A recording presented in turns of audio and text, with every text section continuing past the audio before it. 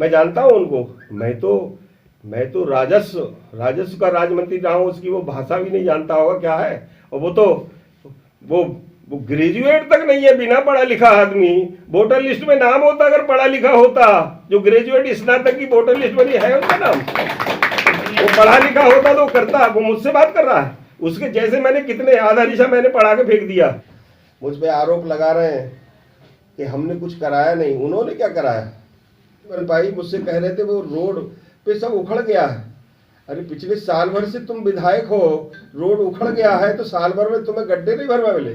तुम अपने को विकास पुरुष बोलते हो तो वो गड्ढे तुम भरवा सकते थे। मैंने खनन माफिया नाम के साथ बोल दूंगा मैं, कबाड़ियों से उघाई, गोकसी पर उघाई, चोरी कोटेदारों से उघाई, हम जमीनों से अवैध कब्जे, तहसील पर इसी तहसील पर आप सब भी देखते होंगे, गांव का देहात का आदमी मोटरसाइकिल लेके आया तो उनसे 10-10 रुपए की उगाई, यहाँ पर ये करा लिया वो करा लिया। मैं उनको चैलेंज के साथ बोलता हूँ अताउर रहमान को, या तो वो राजनीति छोड़ दे, इस्तीफा दे दे। ये जो मैं बोल रहा हूँ या जो मैं काम बोल रहा हूँ बताया है, इनमें कहीं झूठ हो क्या है?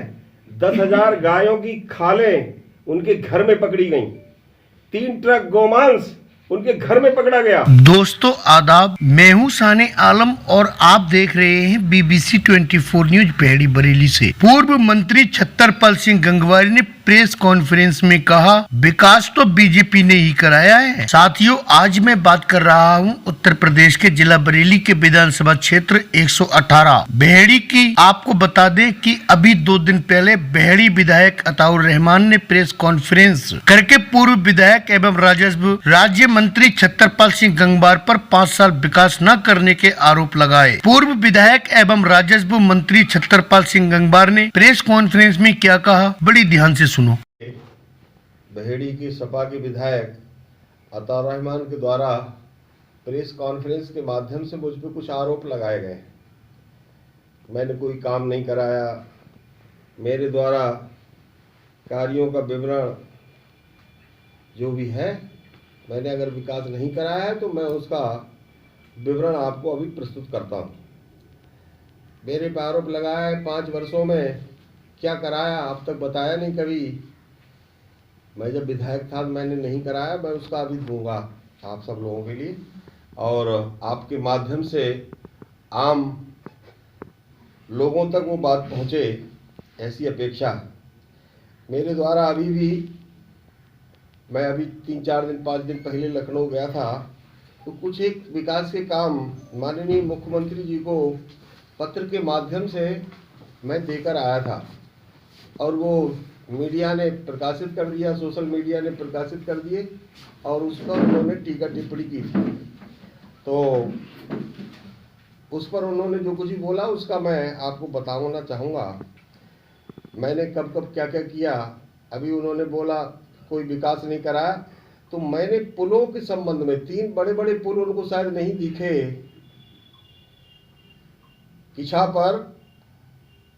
किछा नदी पर नारायण नंगला पे पुल, बरगमा पे पुल, पद्मी पे पुल, ये बड़े बड़े छोटे पुल नहीं है, बड़े बड़े पुल, ये उनको शायद नहीं दिखे।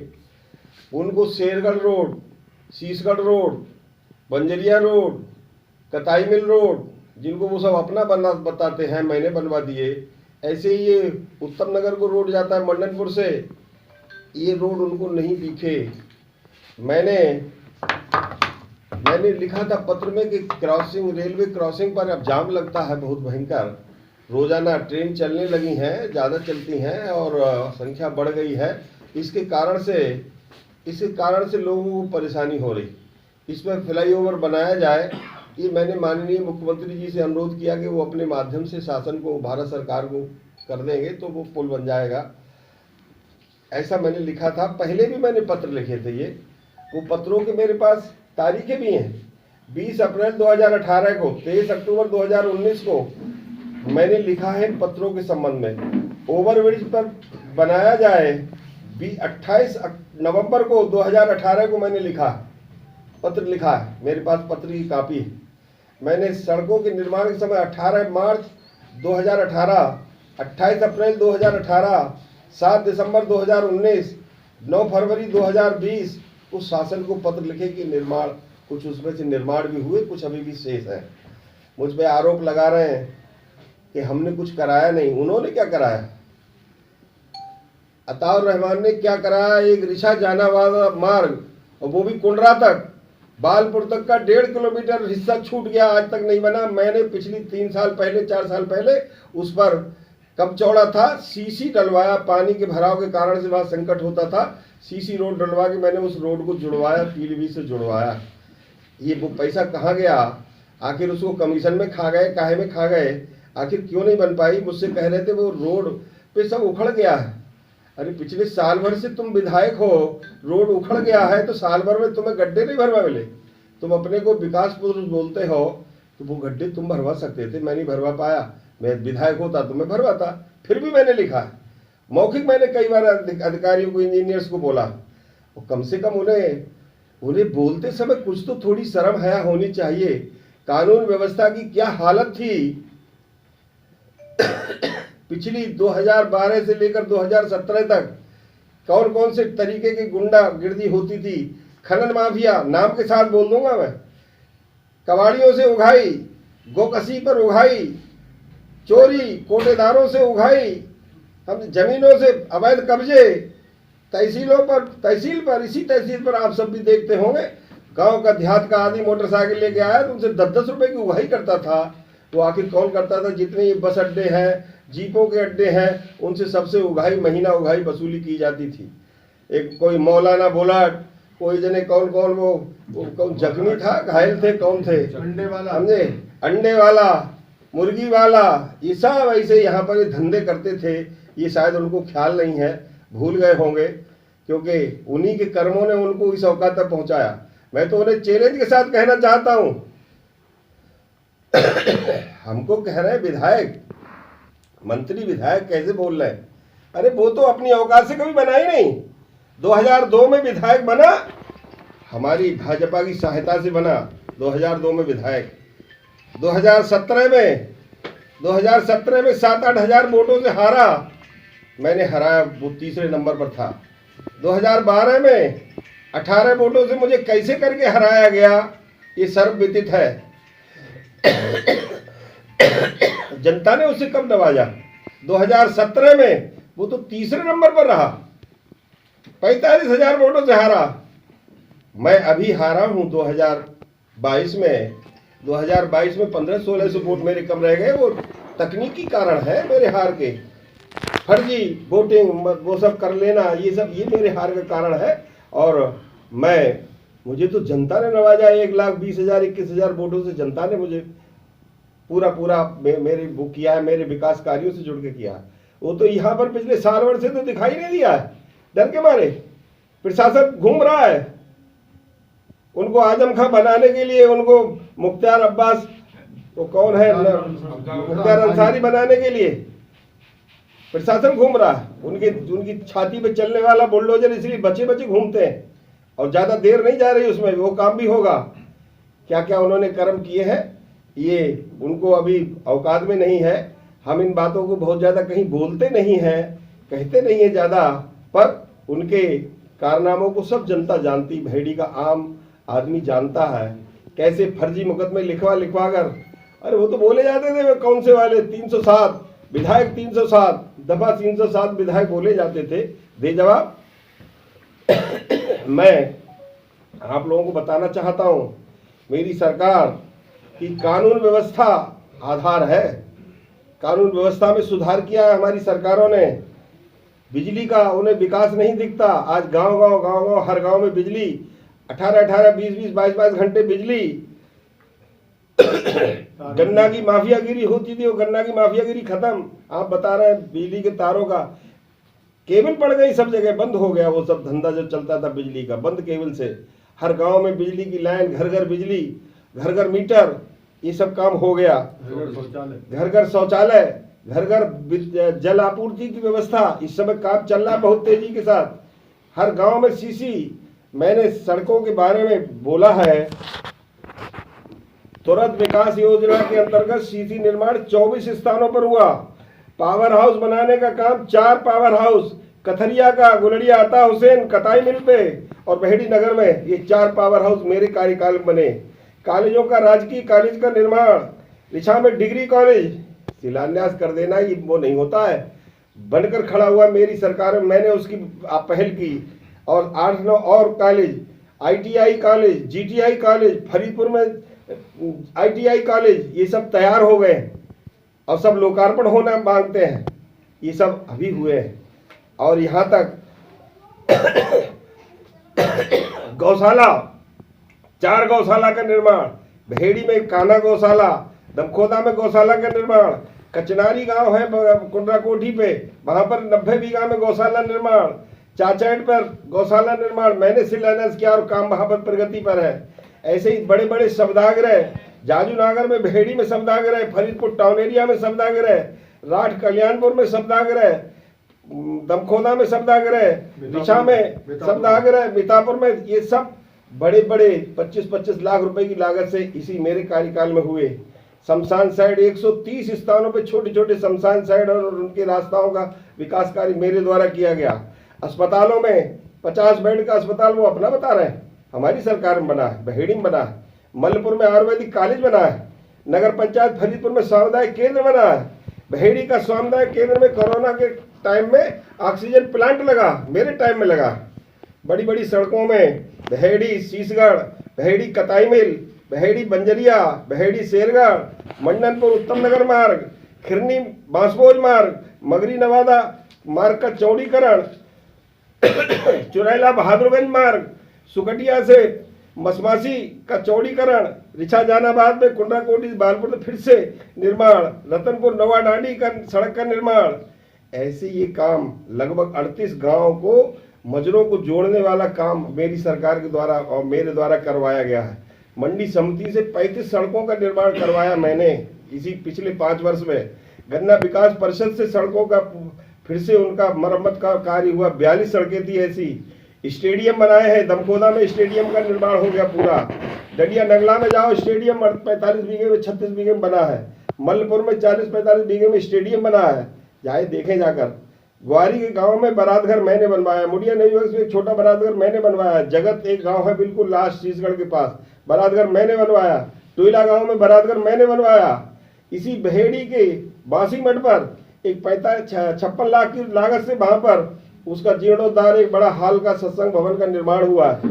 तहसील के अधिवक्ताओं के लिए छत पे ऊपर बना है, मेरे द्वारा हाल बनवाया गया वहां पर वकीलों के लिए। ऐसे ही बहेड़ी में फायर स्टेशन का निर्माण करवाया, उसके लिए एक फायर ब्रिगेड की गाड़ी भी मेरे द्वारा दिलवाई गई। खिरनी में चेक डैम का निर्माण करवाया गया। कोरोना काल में विधायक निधि से सैनिटाइजर और ये स्वास्थ्य केंद्रों पर दवाओं का कार्य हमारे द्वारा किया गया। बड़ी बड़ी ग्राम सभाओं में, पंचायतों में विकास के कार्य अतिरिक्त रूप से कराए गए, जिसमें गिरधरपुर शामिल है, मुडिया शामिल है, अरसिया बोझ शामिल है, सकरत शामिल है। ये सब कौन गांव है जिनमें अतिरिक्त अलग से पैसा दिया गया विकास के लिए, अब मैंने करवाया। नहरों की सिल्ट सफाई का कार्य ये हमारे द्वारा आज टेल तक पानी जाता है। ऐसे ही संपर्क मार्गों का जहाँ था, जो भी आज कोई गांव बहेड़ी का ऐसा नहीं है जो कहीं ना कहीं से सड़क से नहीं जुड़ा। ऐसे लगभग 115 गांवों में मेरे द्वारा सीसी निर्माण कार्य कराया गया। 115 इस पंचवर्षीय योजनाओं में 49 विद्यालयों को मेरे द्वारा, 49 primary school, junior high school को बच्चों को बैठने के लिए फर्नीचर उपलब्ध करवाया। ऐसे 23 नालों का निर्माण मेरी निधि के द्वारा करवाया गया। मेरे द्वारा 300 हैंडपंप, इंडिया मार्क का हैंडपंप लगवाने का कार्य इसी 5 वर्षों में किया गया। 6 बड़े बड़े नलकूप गांव में जहां जहां पानी की समस्या थी वहां पर करवाया गया।